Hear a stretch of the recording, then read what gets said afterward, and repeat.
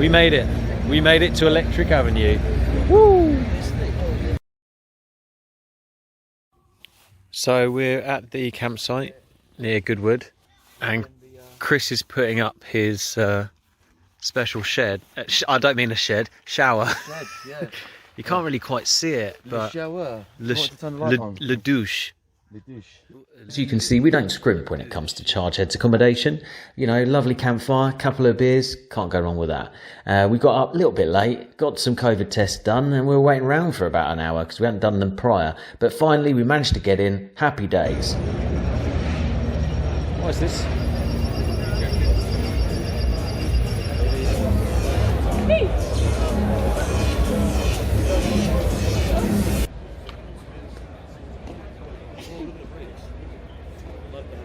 There are a few quirky electric cars that I thought I'd just show part of the channel. The Ego from Germany, which looked cool. But the main reason for me to come into Goodwood Festival of Speed was this. The Everrati 911 964 EV conversion. One of the probably best EV conversions that I know about. Certainly it's one of the most expensive as well. They now have two options on this particular EV conversion, which is in the region of £250,000 to start. There's two versions. There is the pure narrow body or the optional wide body performance pack.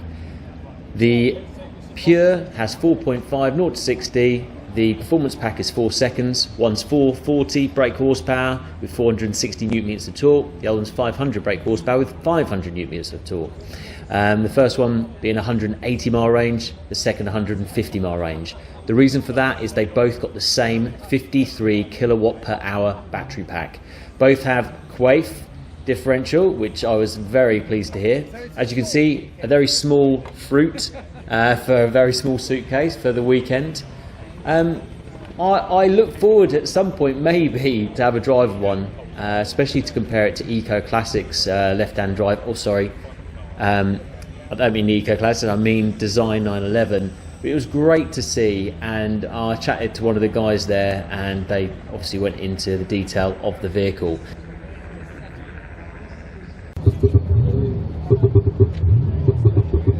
Not massively convinced on these fake exhausts though. The car is. Yeah, you can show him it.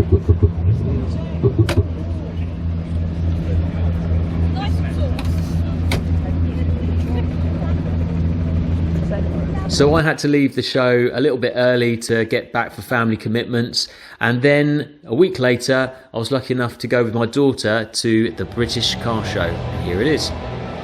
Now this isn't an EV conversion, this is a brand new electric classic car from AC Cobra. Falcon Electric helped develop this, and they're very much on the same page as me, trying to make electric things fun. Now there's two versions that they do of this AC Cobra Electric, a 460 kilowatt version and a 230 kilowatt. The 460, 3.8 0 to 60, 1000 newton meters peak torque, 500 continuous, over 160 miles of range, and 54 kilowatts of battery, kilowatt per hour that is. The 230 kilowatt version, 4.9 0 to 60, 230 kilowatts power, 500 peak, 250 continuous, 190 miles range, 54 kilowatt per hour battery. So one, it looked amazing, and two, the stats are pretty awesome. 230 is about £150,000 and the 460 is about £170,000.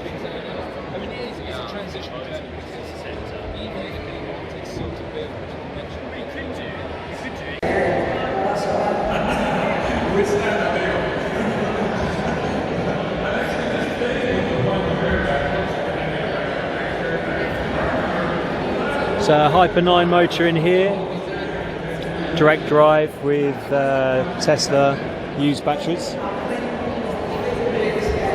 and the company is Peterson and they deal with gauges, canvas gauges to link up to the original car.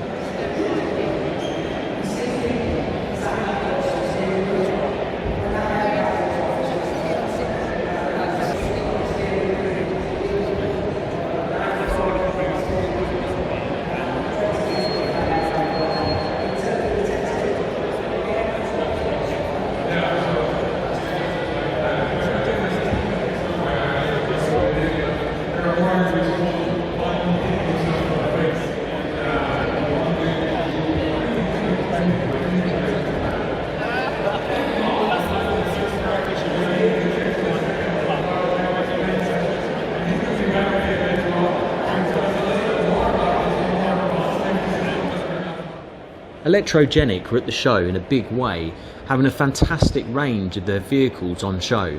What I love about Electrogenic is their simplicity, the fact that most of their EV conversions tend to have the manual gearbox still mated to the Hyper 9 motor.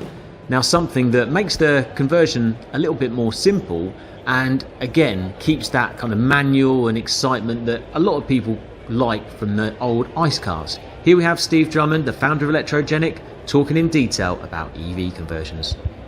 Stuff like that. But one of the things you may have noticed right behind the theatre here are these beautiful looking classic cars that are not quite what they seem because they have been converted. And the person responsible for that is Steve Drummond right here from Electrogenics, and we are now going to talk about converting classic cars into EVs. First of all, why would somebody even consider doing that, Steve? There's a number of reasons. The main one is it's much more fun to drive. So, some of our customers, they've had a car in the family a long time, they want to give it a new lease of life. Some of them are worried about the environmental perspectives. Some want to be able to drive it in restricted zones, which are appearing in a lot of city centres. But mostly what it's really about, it's about taking a beautiful car that's a little bit too old, a little bit too slow, a little bit too temperamental to be good to drive in modern traffic, and completely renewing it, and away we go. So just come back to the fun aspect of an EV, because you just mentioned that briefly. And of course, with classic cars, as they age, they may be not as quick as they used to be, or they maybe don't feel as quick compared to contemporary cars. Is that something that the EV drivetrain does? Does it give them a sort of new lease of life, as it were? Yeah, it really does. When we were, so the orange Karmann gear is my car, right? And when we were preparing for the show, I looked it up.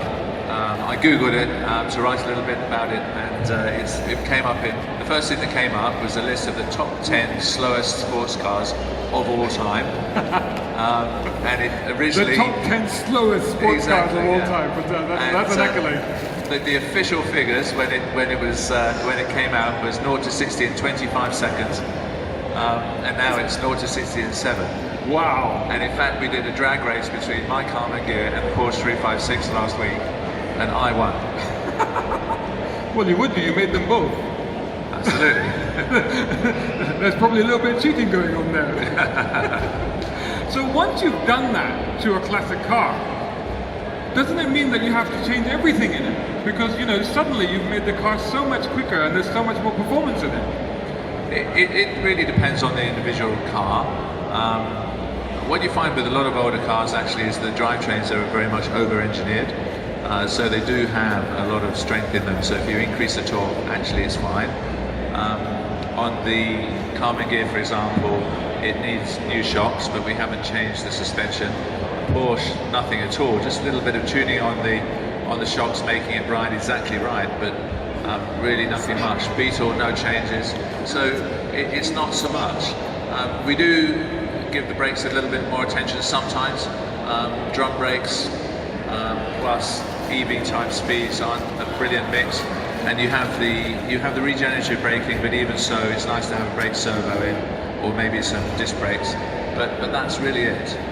Wow, look at Cleveland EV's Tesla Model 3 with the blue wrap and the TiVo parts. Look the absolute nuts.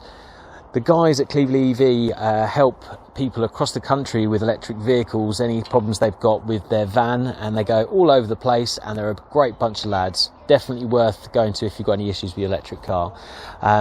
The show was great from an electric point of view, but the ICE side was absolute pants. The manufacturers clearly weren't supporting it. That's it for this episode. Next time it will be Eco Classics. It was supposed to be this time, but I just wanted to get this last video out before I change to the newer computer. Anyway, hope you enjoyed it. All the best. Bye. Gravity over there. I think. Cheers, man.